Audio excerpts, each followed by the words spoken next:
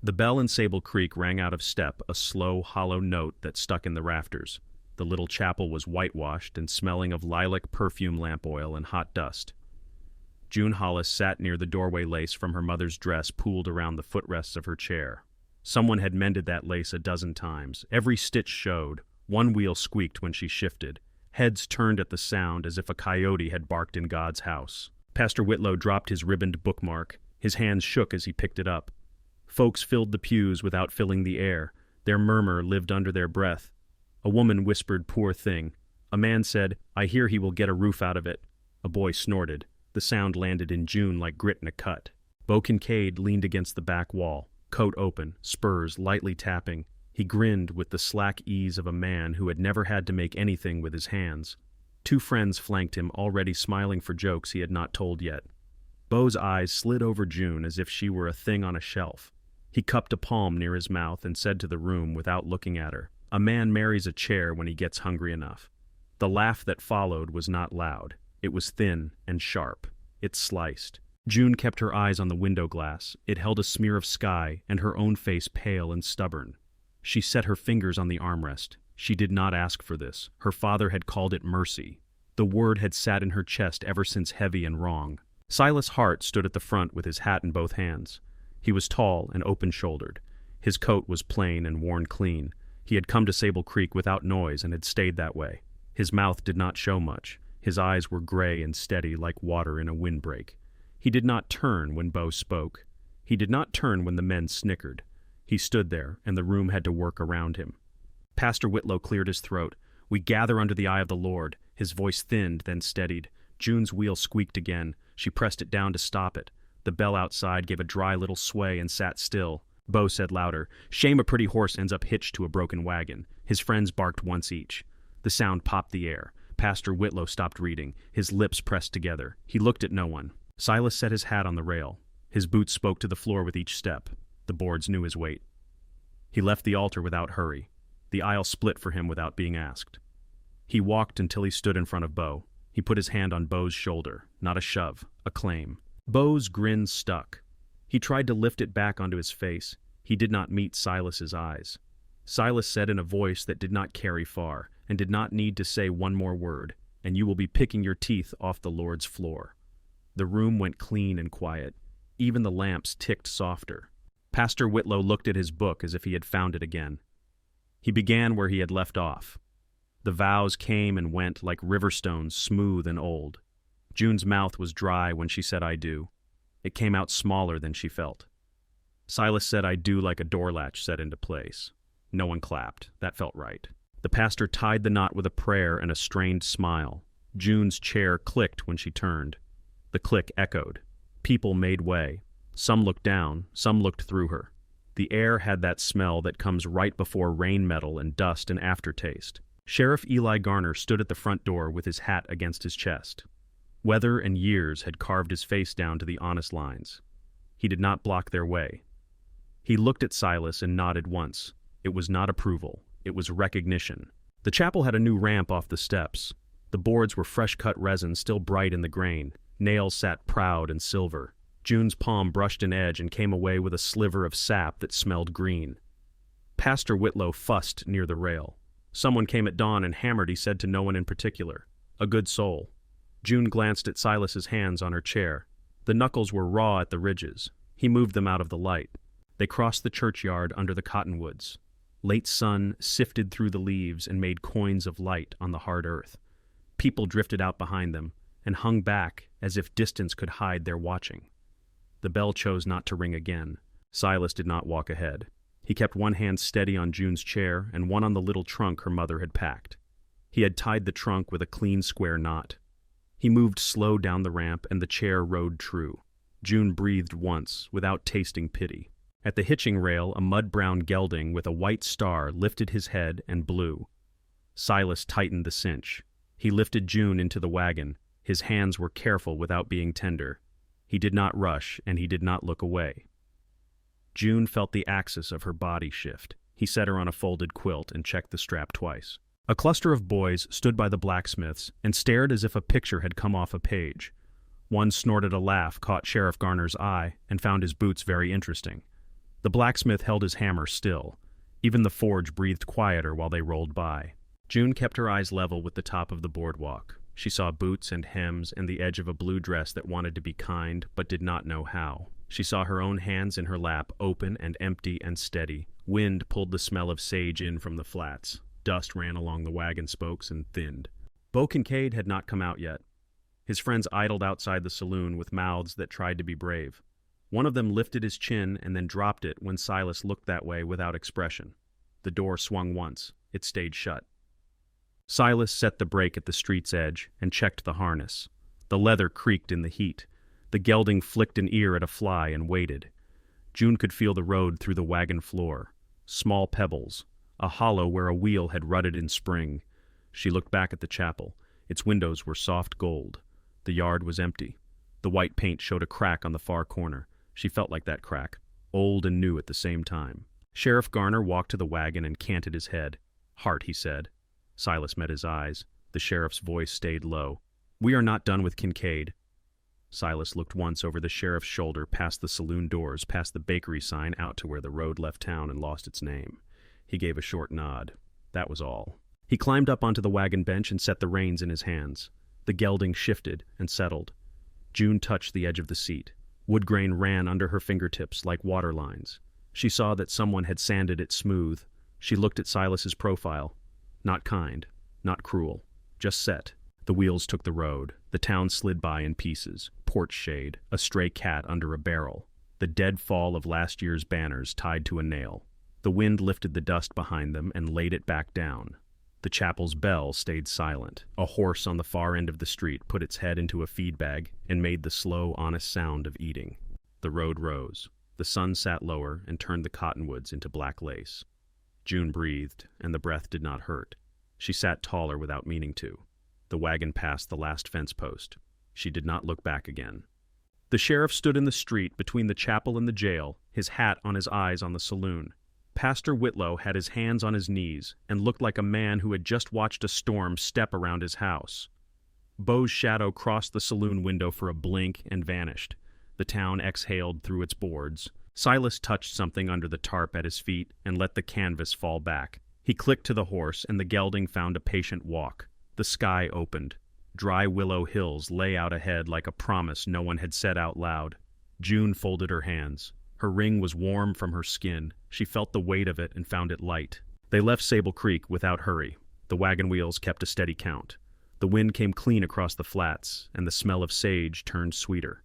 Mesquite Hollow rose out of the flats as a smudge of cottonwoods and a roofline catching the last light. Dry Willow Creek curled behind it, not more than a shine over stones.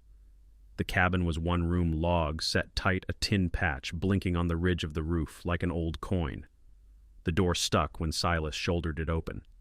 It gave with a dry sigh. Inside, the air held cedar smoke and the faint sour of old coffee. A narrow bed, a small table, a stove that ticked as if it had a heartbeat. Shelves cut from split boards ran along one wall crowded with jars, tools, and a box of loose nails that chimed when the floor shook. June set her hands on the chair rims and took the room in with a slow turn. Light laid itself in sharp shapes on the floor, a clean stripe across the table, a square over the stove mouth, a scatter of coins on the wall from a jar of marbles someone had left there years ago. Silas lifted her to the sturdy chair near the window and set her trunk by the bed. He stoked the stove until a low orange settled. When he straightened, soot marked his cheekbone. He wiped it without noticing. The first night tasted of eggs too peppered and bread a little dry. They ate with the door cracked for breath. Coyotes yipped far off. The creek talked to itself in the dark. Silas cleaned the pan with a piece of bread and gave it to June as if that had always been their habit. She took it. The simple offer steadied the table between them. Morning came clean. Wind leaned through the cottonwoods until their leaves flashed like fish bellies. Silas was outside before the sun got its hands fully on the yard. June watched him through the window. He moved fence posts, lifted a timber with his shoulder, set it down, measured the distance to the porch with his eye. He brought a plank to the step and set it like he was listening for a note. The hammer rang short and bright. He did not look in to see if she was watching. He did not say what he was building. The shape of a ramp made itself in the day all the same. June charted her own maps indoors. She found where the floor dipped near the stove the slant that would carry her chair if she let it. She learned the arc that took her from chair to bed in one smooth swing of her arms, the distance her hands needed to travel before the wheel would bite. She pushed until her palms burned. At noon, she cooled them on a glass jar. The glass held river chill. By evening, a single plank slid into place at the porch. Silas sanded the cut end with a strip of grit paper until the grain ran smooth as old water lines. His hands were cracked across the knuckles, scraped raw in places where skin had met wood on the wrong terms. June saw the small red crescents and looked away. He wiped his wrists on his shirt and lit the lamp. He came in with a scatter of wild color at his fingertips. A mesquite blossom he set by the window in a chipped jar. He offered a small stone the color of sky after rain. It was nothing much, just a pocket-find blue as a swallow wing. He put it by the jar without a word and sat. June touched the stone and felt the cool settle into her skin. When she read that night, her voice was out of practice. The book was a dime novel with a crease down the spine and a cowboy on the front who did not look like any man she had ever met. Silas listened while he mended a strap. His eyes tracked the lantern light across the table more than the words. A smile ghosted the corner of his mouth at a foolish line. June pretended she did not see it. Warmth filled the small radius between the lamp and the set of his shoulders. Days folded. Each one caught on a sound or a smell and held. Coffee bubbling. The black iron of the stove ticking itself cooler. Sage in the wind, sharp at first and then sweet. Silas built a handrail down to the creek, each post set true with a twist of his wrist. He framed handles by the bed. The screws bit slow. He worked until the wood felt like part of the room, not something added. He unrolled a strip of cloth and wrapped the handles so they would not bite her palms. June found a rhythm. Morning light spilled across the floorboards, and she rolled along that spill until the warmth reached her knees. She learned to lift from chair to bed with a slide that felt like catching a current and letting it take her. The world narrowed to the reach of her hands and then widened again to the open square of the window where the cottonwoods poured their silver. She slipped once. It happened in a blink. She braced for the transfer, and the chair rolled a hair too soon on the polished floor. She went down hard. The sound ran through the walls and shook the box of nails. The lid lifted and pinged like a bell. Silas came through the door in 2 strides and dropped to his knees. He did not ask if she was hurt before his hands told him. He slid an arm under her shoulders, another under her knees, and set her back in the chair with a steadiness that made the room stop trembling. June held the armrest as if the room might tilt again. Heat rose at the back of her neck. She hated the sound her breath made. Silas crouched eye level until her breath found itself. She did not look at him. "I will not be a burden," she said, the words dry as kindling. Silas shook his head. His voice settled like a weight on a table. "You ain't?" He stood and began to measure again from bed to chair with the width of his palm. By dusk, there was a strap at the bedpost, and a stool by the stove set exactly at June's knee height. The stool still smelled like cut pine. He did not say he had made it for her. He set it and moved on to oil the hinge at the door that had been complaining since they arrived. Sheriff Eli Garner rode in one afternoon with a flour sack and a coil of bullets wrapped in paper. He left the bullets on the table without comment and looked around the room like a man taking stock of a fence line after a windstorm. He tipped his hat at June. "Mom." June tipped her chin back. "Sheriff." He set the flour down by the stove and scrubbed his jaw.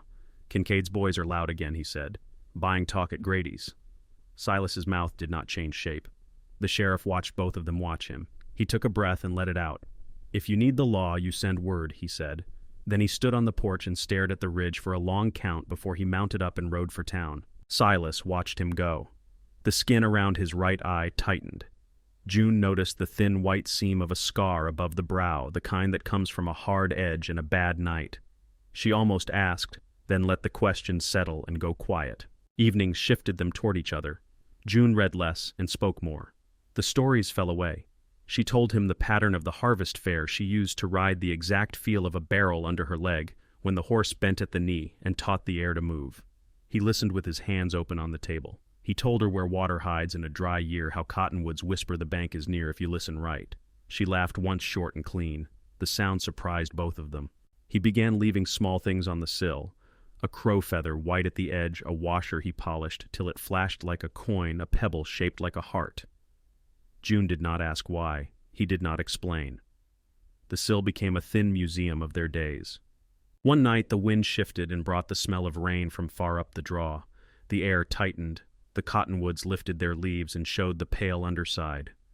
Silas stood with his hand on the window frame thumb, rubbing a splinter he had missed. June set the book down. You listen to everything, do you, Silas Hart? He kept his eyes on the trees, enough to know when a storm is close. He said it like a fact with weight. The next morning, the creak ran louder. Silas disappeared for hours along the fence line with a pocket full of bent nails and a coil of wire. June watched the light move over the floor and kept time with it in her chest. When he returned, he came in wet to the elbow with mud up his sleeve. He scrubbed in the basin, and the water went brown. He looked tired in a way she had not seen before, as if he had carried more than posts back from the line. They ate in a quiet that did not feel cold. June's palms had healed to a thin layer of new skin. She cut her bread and set half on Silas's plate. He nodded and kept his eyes on his cup. A fly traced the rim and lifted off when he turned his wrist. Heat lightning stitched the far hills that evening. The sky over the flats held its own light even after sunset. Coyotes answered each other across the draw. The boards under the window clicked as they cooled. June ran her fingers along the edge of the table and felt the saw marks, the little rises where the teeth had jumped. She imagined the hands that had built it before either of them came, and how Silas's hands were changing it, now smoothing what needed smoothing, letting the rest stay honest. The wind steadied and leaned on the door. The light in the lamp pulled small and bright in its glass. June closed the book and held it thumbed open without reading. She listened to the creak. It had a fuller voice than the day before. At midnight, the first drop found the sill and spat. Another followed. Then a scatter came hard enough to drum. The roof took the sound and turned the room into a tin kettle. Silas set the bar against the door and stood at the window with his hands braced on the frame. The nails along the glass gave a tired little ring and went still. He did not move for a long time. The rain came in sheets. The creek lifted its voice and ran. June watched the lines of his shoulders the way they held. The lamp marked his cheek in amber and shadow while the storm laid its hand over the hollow and pressed. Rain hit the roof like 1,000 thrown pebbles.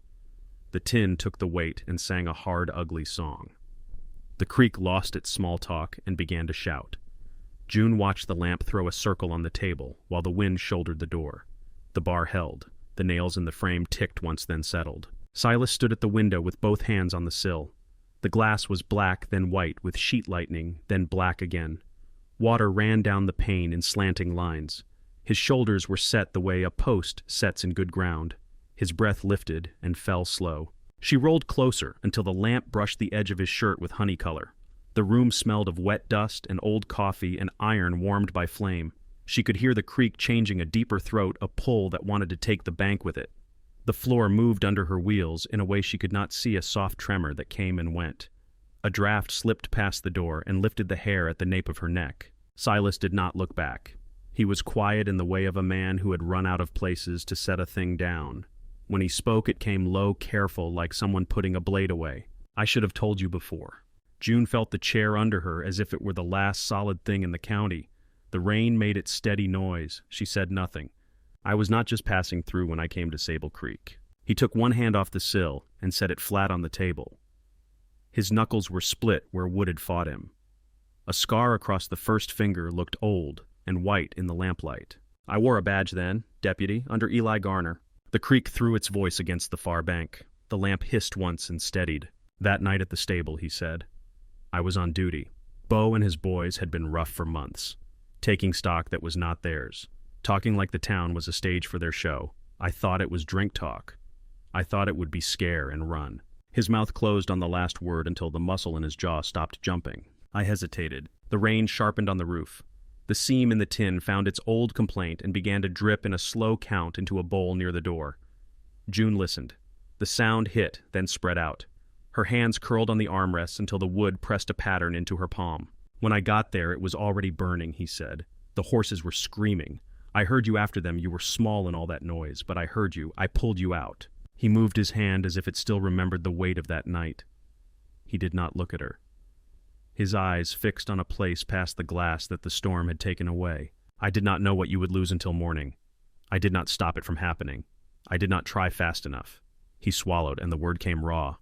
I married you because I could not carry that sound alone anymore. The lamp made a thin, bright line on the blade of his knife where it lay near his plate. Water ticked into the bowl. The wind found a new seam and spoke through it with a flat moan. June watched his face and saw wear and ruin and a kind of bone-deep truth that did not ask for anything. She remembered smoke in her lungs and a sky the color of a bruise, a stranger's arm under her shoulders, the way the world had tilted and then kept right on turning without her. "You came back," she said. No breath on the last word, only air, when the rest did not. Silas breathed out like a man who had been braced for a blow that did not land. He closed his eyes and tipped his head once small as if he could not bear the larger motion. June rolled closer until the chair touched his boot. She did not look away. She did not search for a message in God or the creek or the wind. She set her hand on his. Callus met callus. Heat met heat. His fingers were cold from the window. He turned his palm and closed it over hers. The sound of the rain pulled back a shade. The room leaned toward quiet. "I do not hate you," she said. The words tasted like iron and then like water.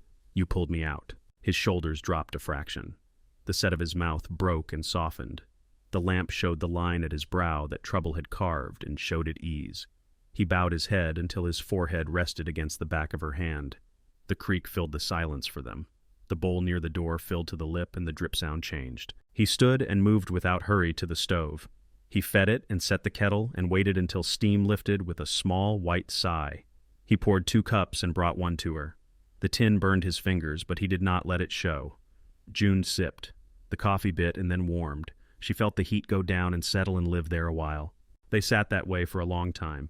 He at the window again, she near him, the lamp between. No apology, no forgiveness set out in a line. Only breath and the steady hard weather and the fact of 2 people not alone in it. Near dawn, the storm let go a little. The roof still whispered, but the heavy drum had gone. The glass turned from black to something that held the idea of color. The cottonwoods shook themselves and sent water down in a hush. The creek stayed big, a brown back running. A pale light gathered on the far hill like old wool. Silas set the bar aside and opened the door a hand width. Cold, wet air slipped in and ran over the floor. He stepped out. The ground gave under his boots. Mud tried to keep him, and he took his time. The yard was a mess of small lakes and floating trash from the last wind. He went to the fence and touched each post like a doctor checks a pulse. 3 leaned but held. He climbed the low rise past the cottonwoods and looked over the draw. The bank had shaved off in 2 places. A cut log that had rested there a year was gone.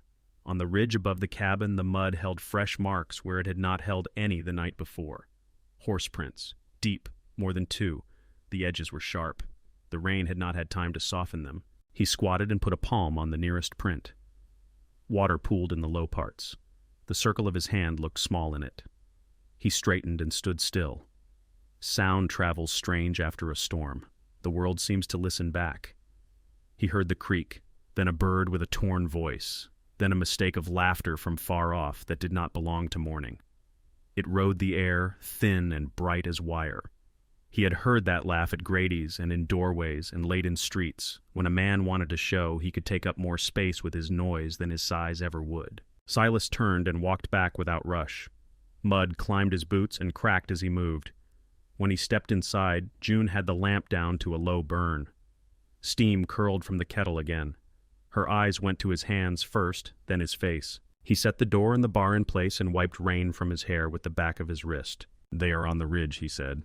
Her fingers tightened on the armrest, but she did not flinch. "Bo," she said. He nodded. His voice stayed even. "A few of his boys." June's mouth firmed. She lifted her chin the smallest degree. The light caught the line of her cheek and made it amber. Silas crossed to the corner and opened the chest that kept his tools and the other things a house needs when talk fails. He checked the rifle by habit, not show. He looked at the window once. The trees wore beads of water that moved in small threads when the wind touched them. The creek went on speaking. He stepped to June and set his hand over hers on the chair rim. The hand had the same cracked places, the same heat. "Stay by the window," he said. She held his eyes. He held hers. Outside, hooves found a dry stretch of ground and beat it into sound. A man called something that was not a greeting. Another laughed. The cabin took the noise and held it in its logs. The room was ready. The riders came out of the wet light with their coats dark and heavy. Hooves found what firm ground there was and drummed a slow, mean beat. 4 men. The one in front swung down with a thud and a flash of spur metal. Bo Kincaid ran a thumb along his jaw and smiled at the porch as if it had said something foolish. Silas stepped out. The door breathed once behind him and held. His rifle hung easy in his hands. He stood in the place he had built boards fitted by his own measure, the handrail smoothed by his palm. June rolled forward until her chair touched the threshold. The rail framed her shoulders. The window glass held her face and the reflection of the men in a thin ghost line. Bo tilted his head toward June. "Pretty dress," he said. "Shame about the rest." He looked at Silas with a lazy interest. "Heard you found yourself a charity heart." Silas said nothing. He let the creek talk. He let the wind work the cottonwoods. Then he spoke in the voice he used when nails asked to be set true. "Turn around, Bo." Bo laughed a scrap of tin in a garbage fire. "You could not stop me then. You think a porch makes a wall." One of his boys barked a laugh and pressed a boot heel into the wet ground like a stamp. The young one had fear in him already. His horse told on him with the way it rolled its eye. June set her hands on the rims and lifted her chin. Her voice carried clean. "You burned a stable to make yourself tall. Now look at you." She nodded at his men at the way they held themselves, still small. Bo's mouth went flat. His hand drifted toward his belt. Silas did not raise the rifle yet. "Last chance," he said. "Ride out." Bo's fingers found leather. His eyes slid toward June the way a snake tastes air. He spit to the side. "You married a ghost of a girl heart. I will send you another if you need one when this one breaks." Silas moved before the last word finished its work. The rifle came level and spoke once. The sound hit the cottonwoods and bounced back. Bo's pistol flew from his hand and cut a bright shape at the edge of the clearing. Blood ran sudden and red along Bo's forearm. He staggered and held the arm like a man who has never considered his own bones before. The young one went for iron with a scared jerk. Silas's second shot tore dirt at the boy's boot and spun him down. The hat left his head and went flat in the mud. He lay there with his hands open and his eyes on the sky as if it might answer. The other two froze. Their horses worked their bits and blew hard. A blue jay shouted from the tree line. The creek kept its new big voice and did not care about any of it. Silas held the sight on Bo's chest. His finger did not tighten. June watched the hinge of his jaw relax, watched the barrel settle a hair. Her breath left her in a long, slow thread. "Go home," Silas said. He did not raise his voice. "Carry this with you." Bo's lip trembled and then found its old shape. He bent greedy for something to pick up and found nothing that would change the day. He looked past Silas at June. For a blink he saw her. A woman in a doorway with her hands steady on the wood her man had sanded. He looked away fast. A new sound entered the yard, horses at a canter. Sheriff Eli Garner and Pastor Malcolm Whitlow rose over the low hill with reins still clinging to their coats.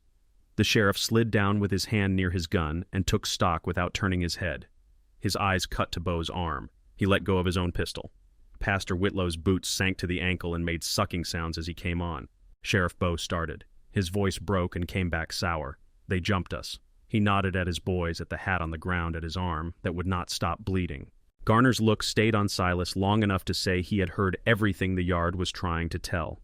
He turned to Bo and spoke like he was reading aloud from a book of old rules. "You will get that wrapped. You will ride quiet. If you speak, Bo makes sure it is true." Pastor Whitlow went to the young one and helped him sit. The boy's chest hitched in little runs. The pastor's hands were gentle. He looked up at June and gave a nod that held more than apology. It held relief. June rolled forward until she was at the top of the ramp. Bo looked up from where he was kneeling. Mud streaked his knees. His grin was gone. She let the silence be its own thing. Then she gave him 7 words. "You did not take the best of me." Bo's mouth opened and shut. The cottonwoods rattled and the sound stood in for whatever he could not say. Garner stepped between them and set his hat back on his head. "Heart," he said. "Anything else I need to know?"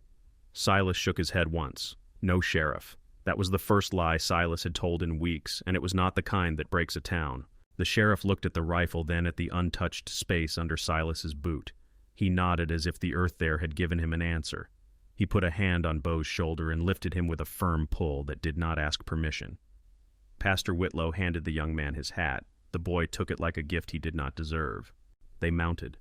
Bo swayed and swallowed the pain and tried not to show it. His horse swung its head and nearly unseated him. He pressed his knees and found his seat and glared at everything that was not him. Garner and Whitlow turned their animals with care. They rode out at a slow, steady pace. Bo's 2 other men went first, glad to be given something that looked like an order. Dust lifted from the road in little puffs and turned to paste in the wet. The sound of hoofbeats thinned. The clearing breathed. Silas lowered the rifle and set it against the rail. He came down a step and went to June. He knelt with his hands on her knees where the quilt covered them. "You all right, June?" She had not realized there were tears until the wind touched her face and cooled them. She smiled with her mouth closed. "Better than I was this morning." He let out a breath that hit against his ribs like a hand, and then left. "I did not want you to see me like that." June brushed a line of dust from his cheek with her thumb. It left a pale streak through the day's grit. "I saw you build this porch. It is the same hands." He bent his head for a second, not to hide, just to rest. The muscles at the back of his neck released. He stood and picked up the rifle and carried it inside. He leaned it in the corner where the light did not find it. The cabin felt larger. June rolled back into the room. The ramp took her wheels smooth. The stool by the stove stood true. The handles by the bed waited for her hands. Every board Silas had planed showed a line of grain like a map. Outside the creek held its force but had lost its madness. Water pushed around the cottonwood roots and went on. The sky cleared in a torn way and let light through in bands. Smoke from a wet fire in the neighbor's draw drifted and flattened. In town, the blacksmith's anvil rang faint one clean strike. Sheriff Garner's shape appeared again far off for a slow moment, then dropped behind the hill toward Sable Creek. Pastor Whitlow rode beside him with his hat held low. Beau's men were specks and then nothing. Silas came to the doorway with 2 cups. The coffee was dark and honest. June took hers and warmed her hands. They stood side by side and watched the yard accept what had happened. A jay flicked to the rail and scolded, then thought better and went to the cottonwood. The wind moved the leaves until they showed their pale sides and then their green. Silas reached and touched her knuckles where they rested on the chair rim. She turned her hand and he folded his over it. The wood under her palm was smooth and finished. The day held. The room stayed quiet. The bell in town did not ring. Morning found the cabin rinsed and quiet. Night's water still clung to the cottonwoods.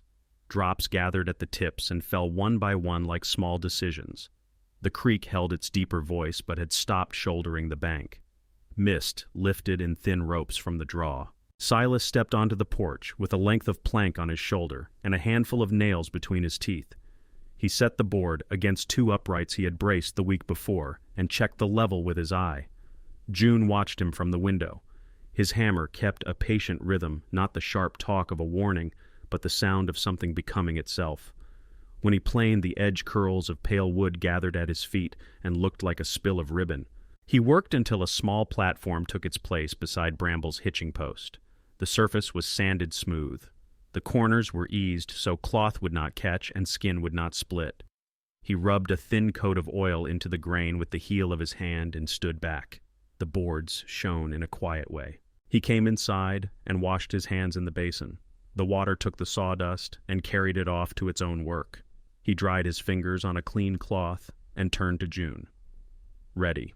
She held his eyes for a breath that settled both of them. "Ready." He wheeled her onto the porch. The air smelled of rain and warmed earth and the faint metal of the stove cooling inside. Bramble flicked an ear and breathed into June's palm. His muzzle was velvet and damp. Silas steadied the gelding and tied a short line to keep him square to the platform. He set his hands under June and lifted. It was not a careful show. It was an honest lift. Her body shifted and found its balance against him. He set her in the saddle and checked the strap across her thigh. He adjusted the stirrups so they would not bruise. Her back straightened without being told. "Hold the reins," he said. "I remember how." He mounted and brought his horse up alongside. They sat for a moment in the simple fact of being there. Leather creaked. The creek murmured. Sun slid over the cabin roof and laid a bright stripe on the yard. June could feel the pressure of the bit through the reins like a pulse under her thumbs. Her legs were quiet, her hands were sure. They took the flats at a walk. The ground gave softly under the hooves where last night's water had stayed. A hawk circled and threw a shadow over the brush. The wind brought the clean smell of sage. Silas kept to June's outside shoulder so a misstep would meet a body before it met the ground. She did not say thank you.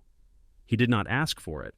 They moved as if they had practiced together for years. Sable Creek came into shape at the end of the road. The bakery vent sent a thin ribbon of sweet steam into the air. The smithy door stood open and showed a square of dark with a red heart inside. The chapel's white paint caught the sun. A wash line breathed between 2 posts behind Grady's. Shirts flapped, then fell still, then flapped again. People looked up from what they were doing without speaking. The blacksmith took off his cap. The baker's wife started to lift a hand and changed it to a small nod. A child pointed and was pulled gently close by a mother who watched with her mouth softened. The bell rope hung quiet. A single strike from the anvil marked their entrance with a clean, bright note. June held Bramble steady with her hands. The horse's ears twitched and then settled. The chair was not with her, and yet she felt its shape in what she chose. Chin up, eyes forward, breath even. The boardwalk shone dark where rain had not yet left. Boots lined the planks at odd angles. A dog slept in a patch of light and let them pass without lifting its head. Sheriff Eli Garner waited by the jailhouse door. His hat was pushed back, and he had that half-smile men wear when trouble has already been tallied and filed. He stepped down and met them in the street with enough space to keep everyone breathing easy. "Morning, Miss Hollis. Morning, Hart. Morning, Sheriff." He tipped his brim. The words that wanted talking were already used up. He gave June the same nod he had given Silas at the church door, only this time there was something added that looked like respect and felt like steadiness. Pastor Whitlow stood on the chapel steps with his hands folded and his eyes bright. He did not call out. He inclined his head and let the gesture carry. June looked at the church ramp. The boards had turned a shade grayer in the night. The resin smell had gone. A footprint she recognized as her own marked the bottom edge from the wedding day. A new set of smaller prints crossed it at an angle. The sight pricked her chest and then eased it. They rode the length of Main Street. The saloon doors swung once and stayed. A curtain moved and stilled. Voices that would have cracked the air last week kept to themselves. A wagon wheel clicked over a rut and then another. The forge sent up a ring that sounded like the start of something good. June felt the town look without eating at her. At the far end of the street, where the boards give way to plain dirt and the world opens its hands again, Silas brought his horse closer. "You did it," he said. "We did." He reached across and brushed his knuckles against the back of her glove. The touch was small and lived longer than its size. She drew a breath that went all the way down and came back with the taste of the day on it. They left Sable Creek at a walk, no hurry in it. Hooves made tidy half-moons in damp ground. The road bent around a stand of juniper and climbed. The town fell behind a little at a time. First the chimney tops, then the sign over the smithy, then the white cap of the chapel. The last thing to go was the shadow of the bell rope on the clapboard. They reached the rise that showed the hollow and the flat and the long roll of country beyond. Light came up from the land as much as it came down from the sky. The hills held last night's water in shines along their ribs. A meadowlark traded its small song from a fence post to the wind. The air was clean enough to taste. June turned her face into it. Her hair lifted and fell. She let herself laugh, not loud, not brave, only true. Silas looked over, and the lines at the corners of his eyes took a softer shape. He set his hat against the sun and eased his horse so the two animals walked in step. The sound of hooves matched and held. They crested the ridge, and the land spread out honest and wide. The creek cut a bright thread through the green. The cabin roof flashed like a slow blink. The mounting platform sat beside the post and caught a square of light where the oil had settled into the grain. June watched the small square glow and fade as a cloud crossed. She felt the weight of the ring warm again against her skin. It felt like what it was. Silas set his horse toward home. June turned Bramble with a light pull and rode by his side. Their shadows reached forward over the grass and crossed and eased apart as the ground took them. The wind ran a hand through the sage and left a line that closed after them. The anvil's ring from town came one last time, thin, with distance clean as glass. They rode on until the sound was gone and only the creek spoke and the horses breathed. The boards of the platform waited. The room held its shape. The day kept hold of its light. Thank you so much for listening to today's story. If this story resonated with you or made you reflect, I'd love to hear your thoughts, so feel free to share them in the comments below. And don't forget to subscribe and hit the notification bell so you won't miss the next story.